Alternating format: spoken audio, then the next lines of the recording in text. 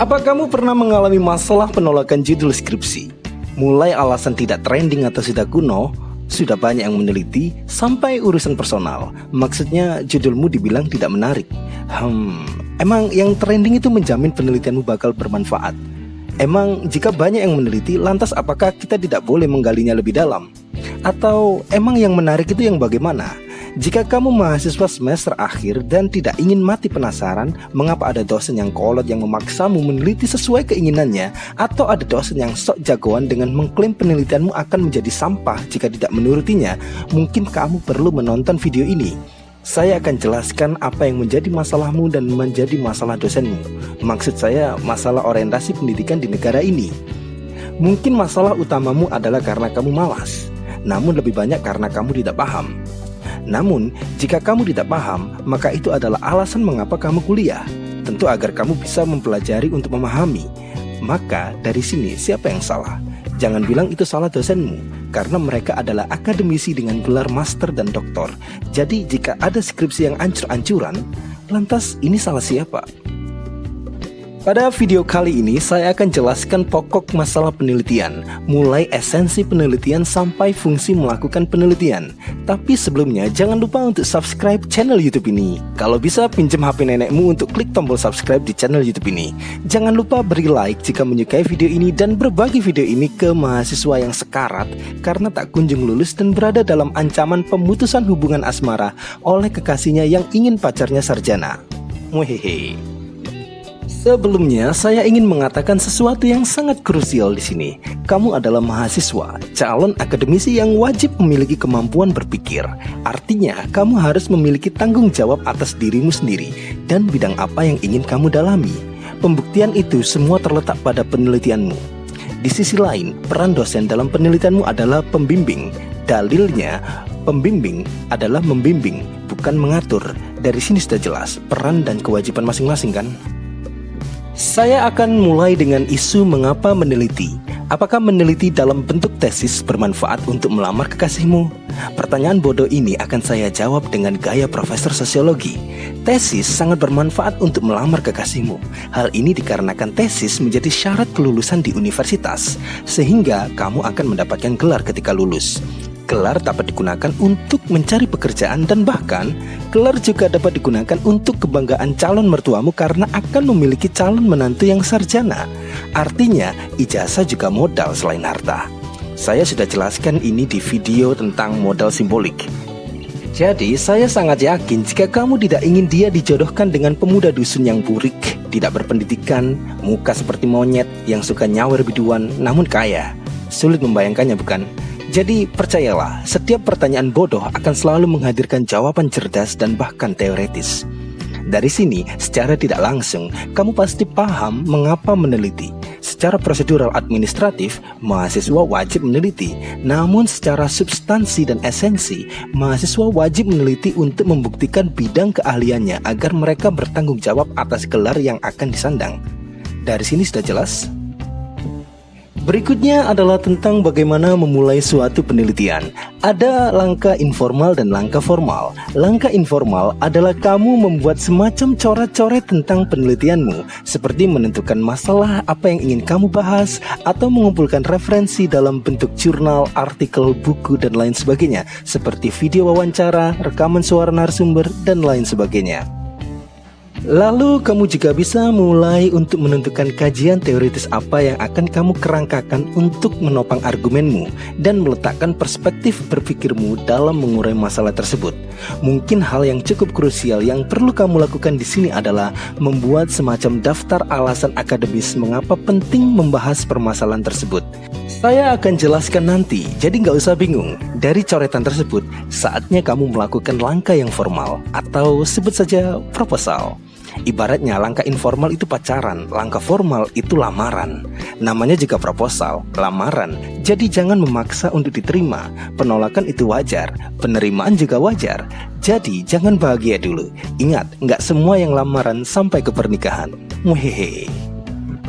Dalam menulis proposal, penting kamu memiliki tujuan. Terserah entah itu tujuan pribadi, tujuan akademis, tujuan pamer, tujuan apapun atau terserahlah.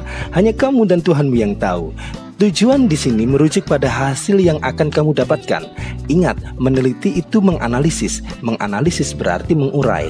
Analisis berasal dari paduan kata ana dan lysis dari bahasa Yunani kuno. Ana itu berarti up atau throughout, sementara lysis itu berarti loosening. Jadi analisis adalah proses of breaking up or untying. Jadi jika disingkat, analisis berarti mengurai. Apa yang diurai? Permasalahan. Menguraikan permasalahan menjadi tujuan utama dari suatu penelitian.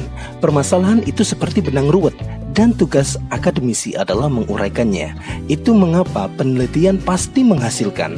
Tapi ingat, hasil dalam penelitian tidak wajib positif. Misalnya saja kamu mau membahas kaitan antara wabah virus dengan semangat belajar. Jika kamu tidak menemukan kaitannya, ya sudah, itu hasilnya. Jangan paksa semuanya harus positif atau berhasil. Kamu hanya wajib menemukan jawabannya, negatif atau positif, terkait atau tidak terkait, dan lain sebagainya. Penelitian esensinya bukan tentang benar atau salah, namun tentang reasoning atau alasan, data untuk pembuktian, dan logika kerja atau metodologi. Dulu, mungkin kita berada pada paradigma bahwa penelitian wajib positif, namun tradisi itu sudah bergeser. Itu bukan tentang lagi positif atau negatif, tapi tentang seberapa bermanfaat penelitianmu.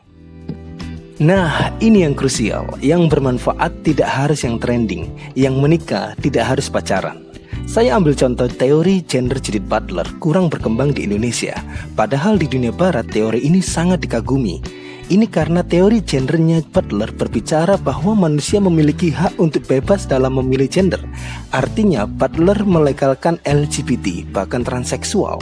Tentu saja itu akan bertentangan dengan hukum di Indonesia dan negara Islam lainnya. Trending atau tidaknya suatu teori, suatu kajian, atau suatu isu itu sangat relatif dan sangat subjektif. Jadi, tidak semua yang ditawarkan kajian dari Eropa Barat atau Amerika Serikat itu harus diikuti, karena tidak semua yang mereka tawarkan atau kaji cocok di negara-negara lain, salah satunya di Indonesia. Contoh lain, mengkaji metode pendidikan berbasis online di Indonesia akan menjadi sangat bermasalah karena internet tidak merata, tingkat kemiskinan yang tinggi sehingga perangkat yang digunakan juga akan sangat berbeda dari satu tempat ke tempat lain, dan banyak faktor lainnya. Sementara itu, pendidikan berbasis online jelas sangat lancar di negara yang sudah maju, misalnya saja Amerika Serikat.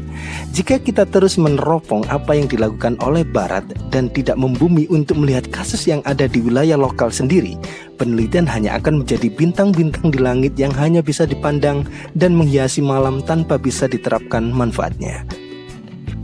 Terlebih, ada catatan menarik dari kajian postkolonialisme bahwa propaganda penjajahan belum berhenti, terutama imperialisme melalui bidang ilmu pengetahuan. Jadi begini sederhananya, jika kamu ingin kuliah di luar negeri, maka kamu wajib meneliti bangsamu sendiri. Misalnya saja, orang Madura kuliah di Inggris, maka ia harus meneliti budaya Madura misalnya. Sementara itu, orang Barat yang kuliah di sini akan meneliti kita. Apa kamu paham maksud saya? Apakah kita hanya objek penelitian? Itu adalah praktik bagaimana standar pengetahuan akan selalu diletakkan di Barat sebagai pusat.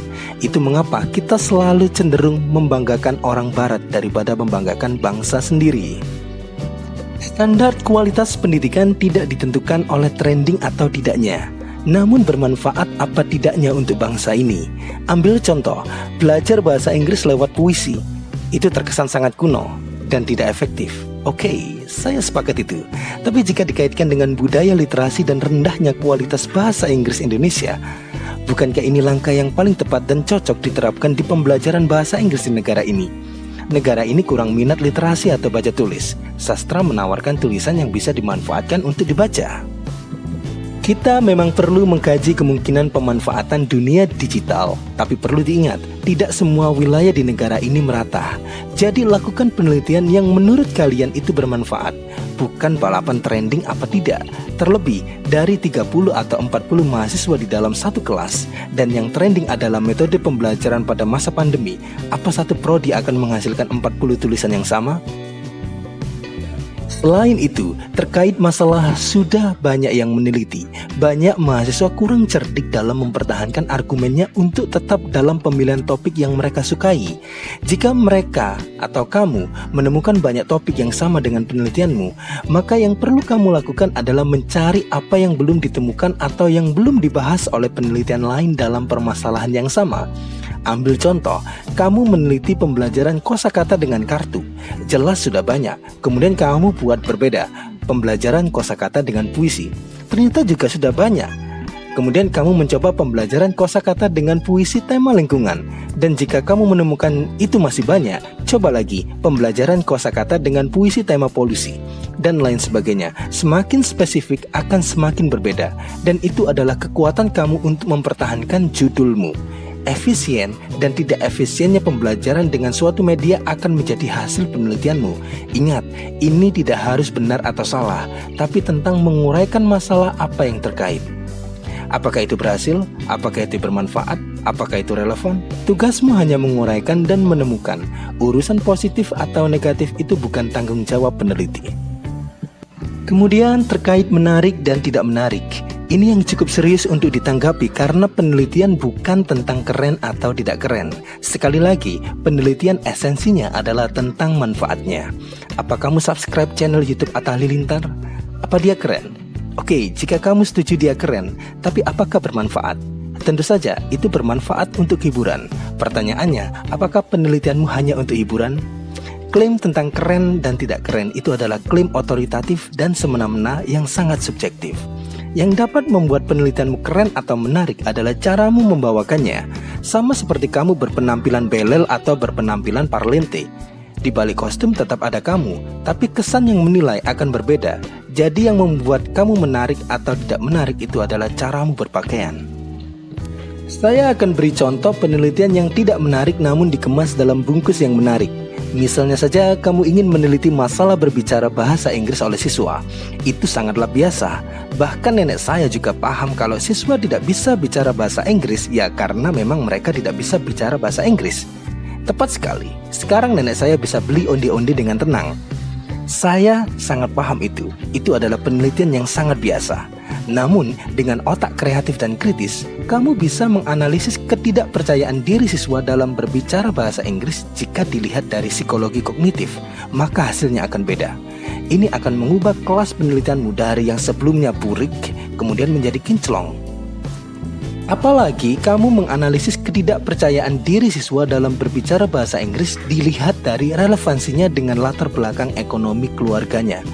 Penelitianmu bukan hanya naik kelas, namun sudah mencapai gedung DPR. Artinya itu penelitian yang jauh sangat berkualitas, padahal hanya menganalisis masalah berbicara siswa. Poinnya adalah, penelitian bisa menjadi menarik dan bisa menjadi jelek. Penelitian bisa menjadi bagus dan bisa menjadi buruk. Penelitian menarik bisa menjadi jelek dan penelitian tidak menarik bisa menjadi bagus. Itu semua tergantung dari sudut pandang mana peneliti mengambil langkah. Ingat, pacaran dengan cowok busuk juga akan membuatmu busuk meskipun kamu alim, dan pacaran dengan cewek matre juga akan membuatmu miskin dan gembel. Muhehehe. Artinya adalah jika kamu punya ide yang sangat menarik tapi kamu tidak bisa membawakannya atau mengelola datanya dengan baik, maka hasilnya akan buruk. Namun jika kamu memiliki ide yang tidak terlalu baik tapi kamu punya referensi atau rujukan atau wawasan yang cukup luas dan kritis, maka penelitianmu akan menjadi sangat baik. Dari sini semua, mungkin kita harus sadar bahwa penelitian adalah tanggung jawab mahasiswa, dan mahasiswa wajib meminta saran atau arahan, bukan meminta kontrol dari pembimbing. Jangan sampai tersandera oleh ketidaktahuan kalian sendiri. Akhirnya kalian menuruti apa yang dipikirkan oleh pembimbing kalian, bukan ide kalian sendiri. Sebelum menentukan masalah, cobalah melihat banyak bacaan, mulai jurnal, buku, dan bahkan karya sastra. Anak bahasa Inggris terutama, malulah jika kalian mengajar bahasa Inggris tapi kurang bacaan. Kemudian untuk berargumen, kamu harus mempersenjatai argumenmu dan mempertahankan argumen itu dengan landasan berpikir yang kuat, rujukan yang kuat, dan bahkan literatur yang kuat. Ingat, saya pernah menjelaskan bahwa literatur bukan hanya karya sastra. Literatur adalah rujukan atau referensi atau sumber bacaan. Itu mengapa banyak bacaan berarti literasi. Semakin literasi masyarakat kita, maka masyarakat kita semakin cerdas. Artinya kemiskinan akan semakin memudar, dan begitu seterusnya. Semakin banyak bacaan akan semakin bernutrisi otak kita untuk menghasilkan ide kreatif dan kritis. Sebagai akademisi dan calon sarjana, saya tidak peduli apa gelar sarjanamu kamu gunakan untuk melamar kerja atau bahkan pamer ke calon mertuamu. Tapi ingatlah satu hal, kamu tidak harus paham semuanya, tapi paling tidak kamu mampu berpikir, menalar, menjelaskan secara rasional dan logis atas semua permasalahan tentunya. Kurangi pemanfaatan otot di atas otak, kurangi penyelesaian masalah dengan emosi daripada kognisi, luluslah dengan pantas. Jika kamu tidak punya malu menjadi sarjana tanpa pengetahuan yang layak, maka sebaiknya kamu malu atas dirimu sendiri. Namun jika kamu tak punya harga diri, paling tidak malulah pada orang tuamu yang sudah kamu khianati dan kamu tipu karena kamu membuang-buang uang mereka demi kecerdasanmu. Kalau orang tuamu saja tidak peduli itu, paling tidak malulah pada anakmu kelak, karena bapak atau emaknya tidak pantas menyandang gelar sarjana. Yang terakhir, tetap semangat untuk penulisan penelitian akhir. Minggu depan saya akan jelaskan tentang logika penelitian dalam bab pendahuluan. Jika kamu belajar sesuatu hari ini, jangan lupa tulis di kolom komentar. Tetap berbakti kepada orang tuamu, tetap jangan mau kembalian permen oleh karyawan minimarket, dan tetap jaga jodoh orang. Sekian, terima kasih.